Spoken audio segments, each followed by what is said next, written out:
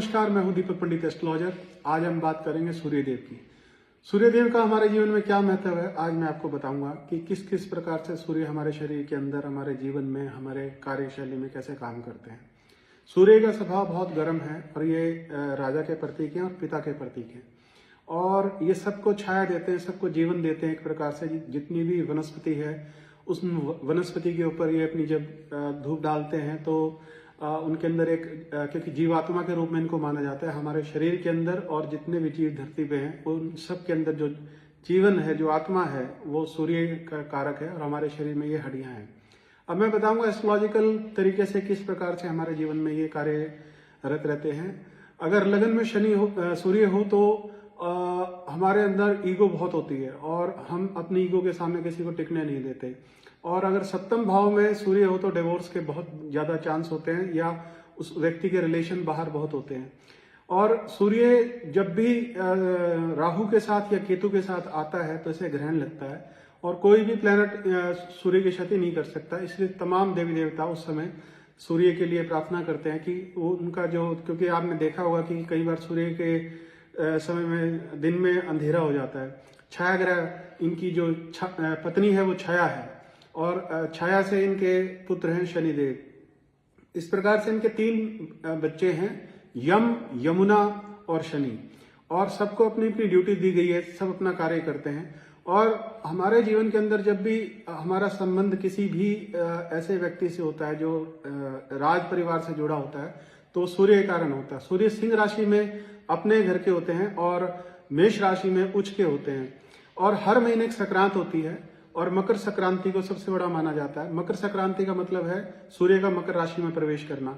और इस प्रकार जब भी हर महीने की 15 से 17 तारीख के बीच में ये अपनी राशि को बदल लेते हैं और 30 डिग्री तक एक राशि में रुकते हैं। हर एक प्लैनेट 30 डिग्री तक ही रुकता है।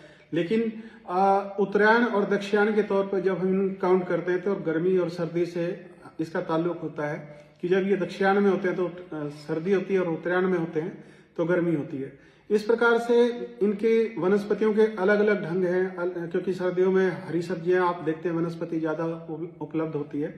और जब भी कभी कोई कार्य के लिए निकले तो सूर्य को जल देके अवश्य निकले और सूर्य से प्रार्थना करके निकलें, क्योंकि वो एक राज और व्यापार से संबंध रखता है और जितने भी संचालन इस संसार के अंदर हो रहा है वो सूर्य के कारण हो रहा है। तो एक प्रेरणा के तौर पर जब लोग हताश होते हैं, हारते हैं और मायूस होते हैं तो मैं उन लोगों को कहना चाहूंगा कि सूर्य हर सेकंड बदलता है और वो बढ़ता चला जाता है। जो सूर्योदय से पहले उठते हैं लोग, उनके जीवन में ज्यादा अच्छी तरक्की होती है, क्योंकि सूर्य के साथ साथ वो भी बढ़ते रहते हैं। जो लोग सूर्य के मामले में लापरवाह हैं, जिस प्रकार से आप देखते हैं कि मुंबई के अंदर पश्चिम में लोग पूरी रात काम करते हैं क्योंकि वो शनि का इलाका होता है और शनि के इलाका होने के कारण लोग वहां थोड़ा सा लेट उठते हैं। लेकिन जो कार्यशील व्यक्ति हैं वो 4 बजे भी सो के सुबह 7 बजे उठ जाते हैं और अपना कार्य करते हैं। सेकंड हाउस के अंदर अगर सूर्यदेव होते हैं तो धन की ये देखा जाता है कि कौन सी राशि के अंदर, अगर नीच राशि इनकी तुला है और उच्च राशि मेष है, अगर नीच राशि में है तो धन का अभाव होता है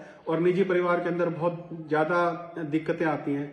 जिन पिता पुत्र की आपस में नहीं बनती उन्हें सूर्य को जल देना चाहिए और सूर्य के मंत्र करने चाहिए, जिससे कि उनके जीवन के अंदर एक अच्छा एक रिलेशन बने और अपने बॉस के साथ एक अच्छा रिलेशन बने, अपने जो भी आपके हेड ऑफ द डिपार्टमेंट है उनके साथ रिलेशन अच्छा बने, क्योंकि सूर्य जो है हेड ऑफ द डिपार्टमेंट के इंचार्ज हैं।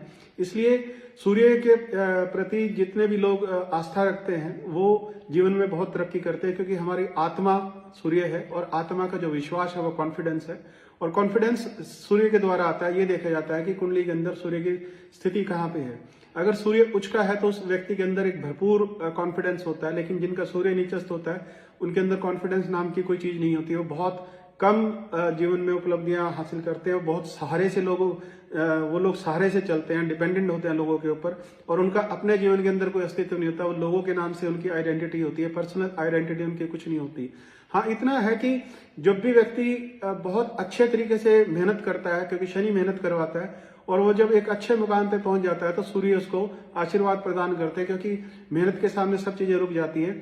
9 प्लेनेट की वेव से जब इंसान चलता है तो उनके अंदर सूर्य की सबसे ज्यादा उपलब्धि मानी जाती है, क्योंकि हमारे को सुलाने वाले और जगाने वाले शनि है और जगाने वाले सूर्य है। इस प्रकार से क्योंकि शनि को थोड़ा सुस्त माना जाता है, क्योंकि शनि धीरे धीरे चलते हैं, इसलिए मैं आपको एक चीज ये समझाना चाह रहा हूं कि आप अपने जीवन के अंदर जितना आप अच्छे तरीके से बातचीत का अनुभव लोगों के साथ करेंगे, उतना ही आदर और मान सम्मान आपको मिलेगा। अगर 4th हाउस के अंदर सूर्य हो तो वो प्रॉपर्टी के अंदर बहुत ज्यादा गेन करता है। बिल्डर्स जितने भी हैं वो जिनका सूर्य 4th हाउस में होता है, लेकिन वो 11:30-12 बजे रात को होता है, और जब सूर्य उदय होता है तो लगन में सूर्य होता है। और 10th हाउस के अंदर अगर सूर्य होता है वो सरकार और पिता के घर में होता है, और 7वें भाव में जब सूर्य होता है तो वो शाम का समय, सूर्यास्त का समय होता है।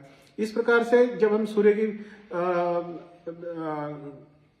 प्रेरणा लेने की कोशिश करते हैं तो हमें ये एहसास होता है कि हम सूर्य के बहुत नजदीक, और हम अगर हमारे शरीर के अंदर आत्मविश्वास पूर्ण रूप से है और हम किसी भी चीज को हासिल करना चाहते हैं तो वो चीज हमारे अंदर उपलब्ध हो जाती है। इनके पिता का नाम ऋषि कश्यप है, क्योंकि आसमान में अगर आपने देखा हो तो 7 ऋषि दिखते हैं। जो लोग इसके बारे में जानते हैं बहुत अच्छी बात है, जिनको नहीं पता, क्योंकि आजकल पोल्यूशन के कारण विजिबिलिटी बहुत कम है, इसलिए गर्मियों के अंदर जब आप विजिबिलिटी क्लियर होगी तो आप आसमान के अंदर किसी भी बड़े व्यक्ति से आप पूछ सकते हैं कि 7 ऋषि कहाँ पे है, तो आप उनको देख सकते हैं।